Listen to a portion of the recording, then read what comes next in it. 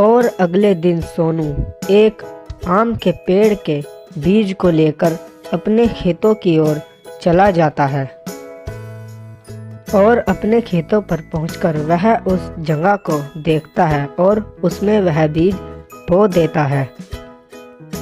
बीज बोकर सोनू खुश होकर अपने घर की ओर लौटने लगता है और वह बहुत खुश था कि कब इसमें से वह आम का पेड़ का पौधा बाहर आएगा। थोड़ी देर बाद सोनू अपने घर पहुंचकर अपने बाबा से कहता है, बाबा, मैंने अपनी खेत की वह खाली जगह पर एक आम का पौधा बो दिया है और वह बहुत जल्द एक विशाल पेड़ में परिवर्तन हो जाएगा। हमें उसका ख्याल रखना होगा और हम अगली सुबह उसे जाकर पानी भी देंगे।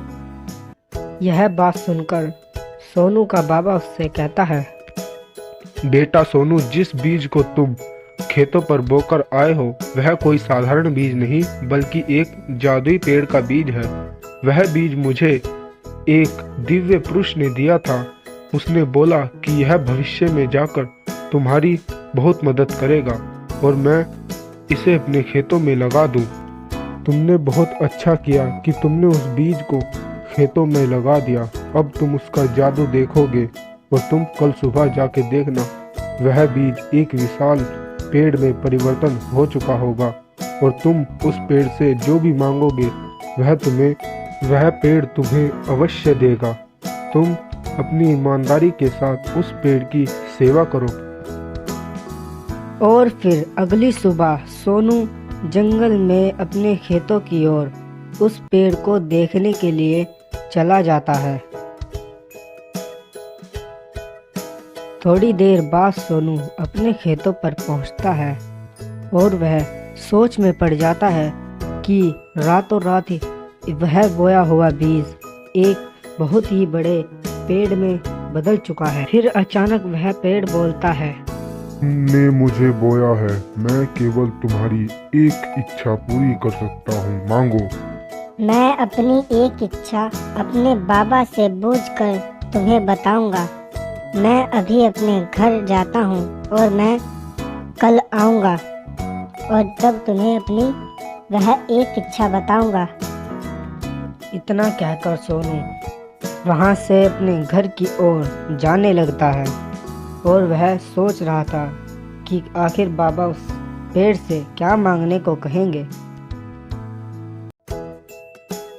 थोड़ी देर बाद सोनू जंगल में पहुंच जाता है और वह सोच रहा था कि मैं घर पहुंचकर बाबा से क्या कहूं कि वह उस पेड़ से मांगे।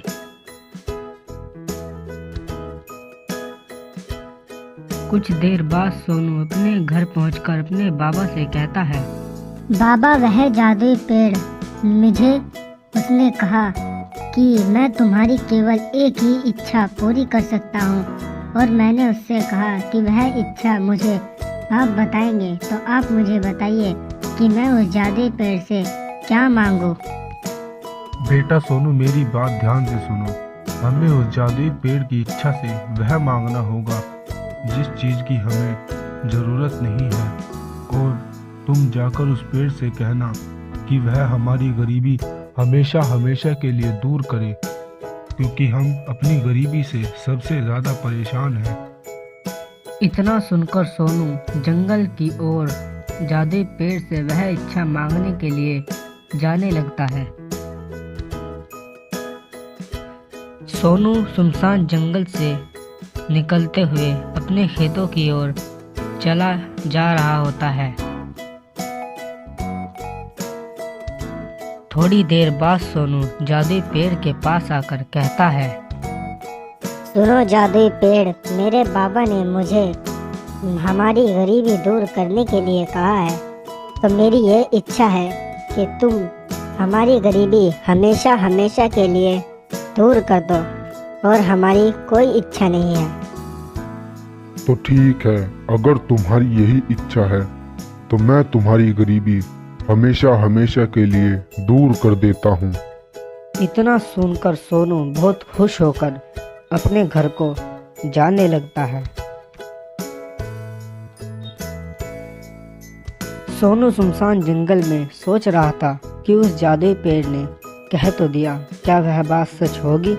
और सोनू कुछ देर बाद जब अपने घर के रास्ते पर पहुंचा तो उसने देखा कि वहां उसके बाबा एक बहुत अच्छे घर के पास खड़े थे। और सोनू भी उस घर के पास आकर बहुत खुश होता है और वह उस पेड़ का शुक्रिया अदा करता है कि उस जादुई पेड़ की मदद से उनकी गरीबी हमेशा हमेशा के लिए दूर हो गई।